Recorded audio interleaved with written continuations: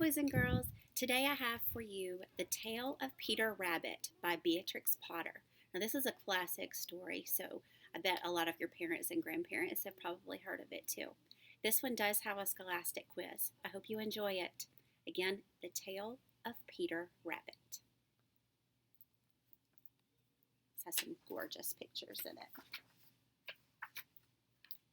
Once upon a time, there were 4 little rabbits, and their names were Flopsy, Mopsy, Cottontail, and Peter. They lived with their mother in a sandbank underneath the root of a very big fir tree.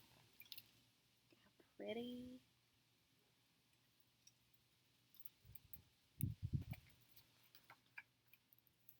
Now, my dear, said old Mrs. Rabbit one morning, you may go into the fields or down the lane, but don't go into Mr. McGregor's garden. Your father had an accident there. He was put in a pie by Mrs. McGregor. Now run along and don't get into mischief. I am going out. Then old Mrs. Rabbit took a basket and her umbrella and went through the wood to the baker's. She bought a loaf of brown bread and 5 currant buns.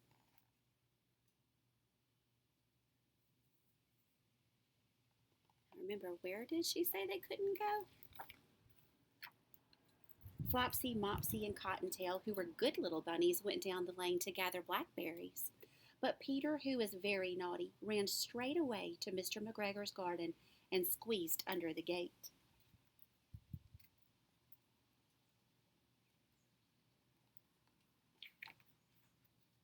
First he ate some lettuces and some French beans, and then he ate some radishes. And then, feeling rather sick, he went to look for some parsley. But round the end of a cucumber frame, whom should he meet but Mr. McGregor?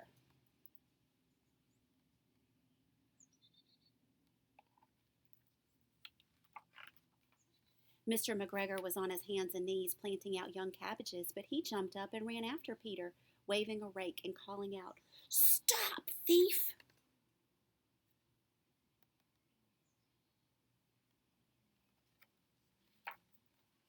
Peter was most dreadfully frightened. He rushed all over the garden, for he had forgotten the way back to the gate. He lost one of his shoes among the cabbages and the other shoe amongst the potatoes. After losing them, he ran on 4 legs and went faster, so that I think he might have got away altogether if he had not unfortunately run into a gooseberry net and got caught by the large buttons on his jacket. It was a blue jacket with brass buttons, quite new. See his pretty new jacket get caught?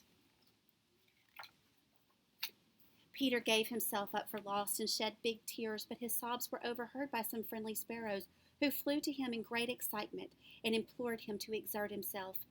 Mr. McGregor came up with a sieve, which he intended to pop upon the top of Peter, but Peter wriggled out just in time, leaving his jacket behind him.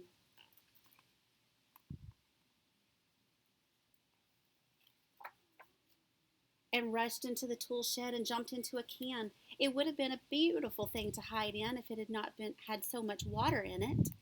Mr. McGregor was quite sure that Peter was somewhere in the tool shed, perhaps hidden underneath a flower pot. He began to turn them over carefully, looking under each. Presently Peter sneezed. Kerchoo! Mr. McGregor was after him in no time.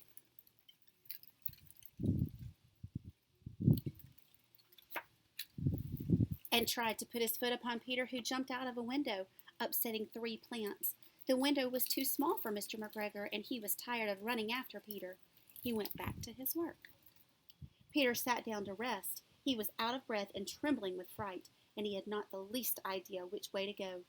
Also, he was very damp with sitting in that can. After a time, he began to wander about, going nippity-nippity, not very fast, and looking all around.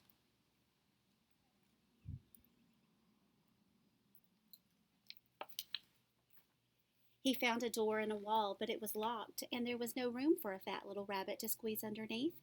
An old mouse was running in and out over the stone doorstep, carrying peas and beans to her family in the wood.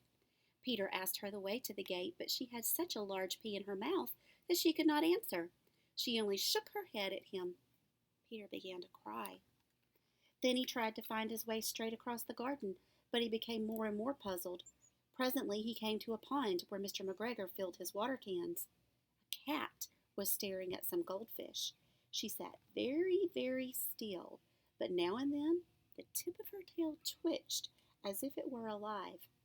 Peter thought it best to go away without speaking to her. He had heard about cats from his cousin, little Benjamin Bunny.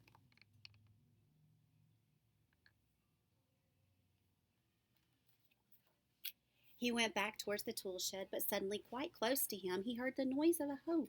Scritch, scratch, scratch, scritch. Peter scuttered underneath the bushes, but presently, as nothing happened, he came out and climbed upon a wheelbarrow and peeped over. The first thing he saw was Mr. McGregor hoeing onions. His back was turned towards Peter, and beyond him was the gate. Peter is trying to find that gate. He needs to get out of this garden quickly. Peter got down very quietly off the wheelbarrow and started running as fast as he could go, along a straight walk behind some black currant bushes.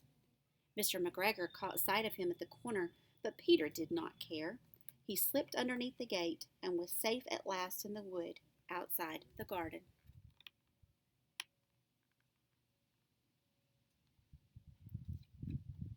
Mr. McGregor hung up the little jacket and the shoes for a scarecrow to frighten the blackbirds. Peter never stopped running or looked behind him till he got home to the big fir tree. He was so tired that he flopped down upon the nice soft sand on the floor of the rabbit hole and shut his eyes. His mother was busy cooking. She wondered what he had done with his clothes. It was the second little jacket and pair of shoes that Peter had lost in a fortnight.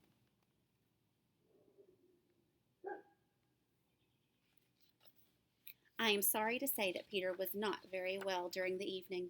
His mother put him to bed and made some chamomile tea, and she gave a dose of it to Peter, 1 tablespoonful to be taken at bedtime. He doesn't look very good at all, does he?